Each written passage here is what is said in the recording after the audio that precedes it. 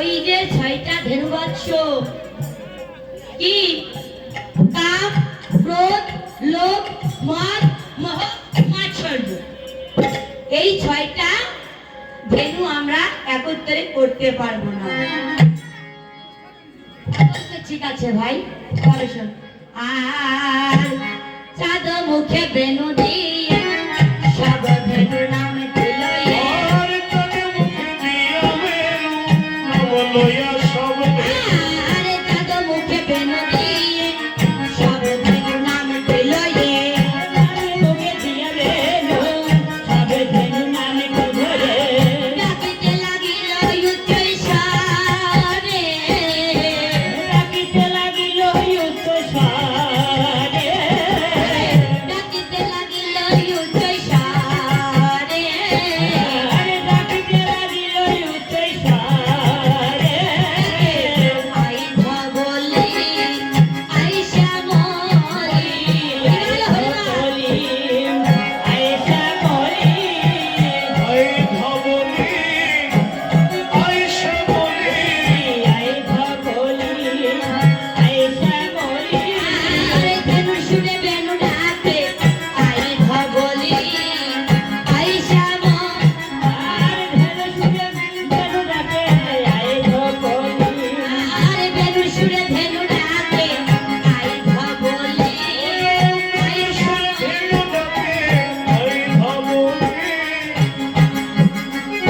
আরে কতদিন বদনে দেখি না রে আই ভবলি আই শ্যামলি কি হয় দেখি না রে আই ধবলি আই শ্যামলি বলি কতদিন বদনে দেখি না রে আই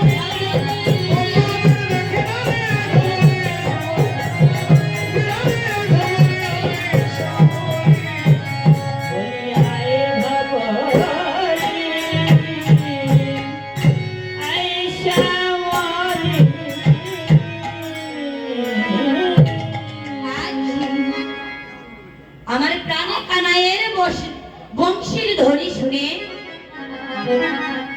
সমস্ত ধেনুবৎসগুলো আমার তৃণবাড়ি আহার করিতে করিতে বন থেকে বনাঞ্চলে পৌঁছে গিয়েছে। এক পাশে গোবিন্দ লীলা আর অপর পাশে আমার জীবশিক্ষা। জীবশিক্ষার এক পাশে দাঁড়িয়ে গীতিকার গোবিন্দ কবিরাজ আমার বলছে, জগতেজি ভেবে দেখো সেদিনের কথা। আজ ধেনুবৎসগুলো আমার তৃণবাড়ি আহার করিতে করিতে অদূর বনে হারিয়ে গিয়েছে। তদুপরি আমরা এই জগৎ সংসারে এসে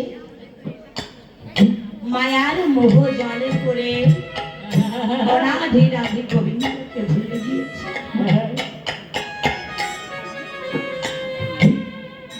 সেদিনে গোবিন্দ আমাদের দর্শন দিয়েছিলেন বাবা কোন দিন? যেদিন আমরা মাতৃ জঠরে ছিলাম, তাই তো বাবা? সেদিনে মাতৃ জঠরে থেকে গোবিন্দকে ডেকেছিলাম, গোবিন্দ এই কৃমির কামড় যন্ত্রণা অন্ধকার এর মাঝে আর আমরা সইতে পারছি না। প্রভু প্রভু একবার কৃপা করে এই মাতৃ জঠর থেকে মুক্ত করে দাও।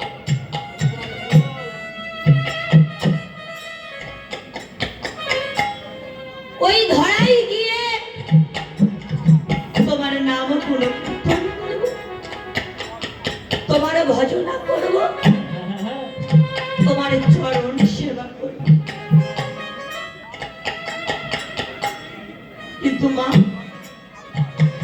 কথা দিয়ে কি কথা রেখেছি, থাকতে পারিনি।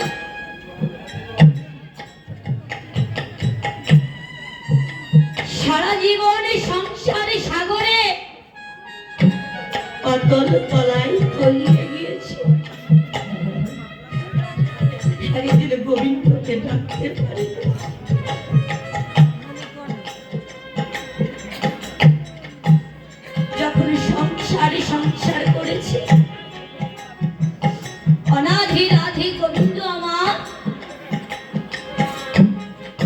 প্রথম পত্রখানা পাঠিয়ে দিলেন।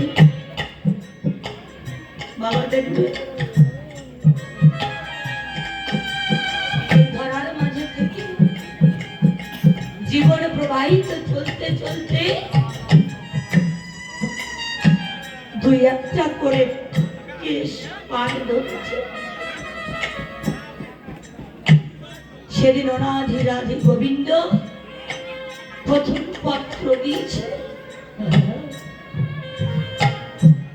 কিন্তু বাবা শুনিনি কথা, দুই একটা চুল পেকেছে তো তাতে কোনো সমস্যা নাই। আজকাল মা বাজার থেকে গোদরেজ কালার পাওয়া যায়,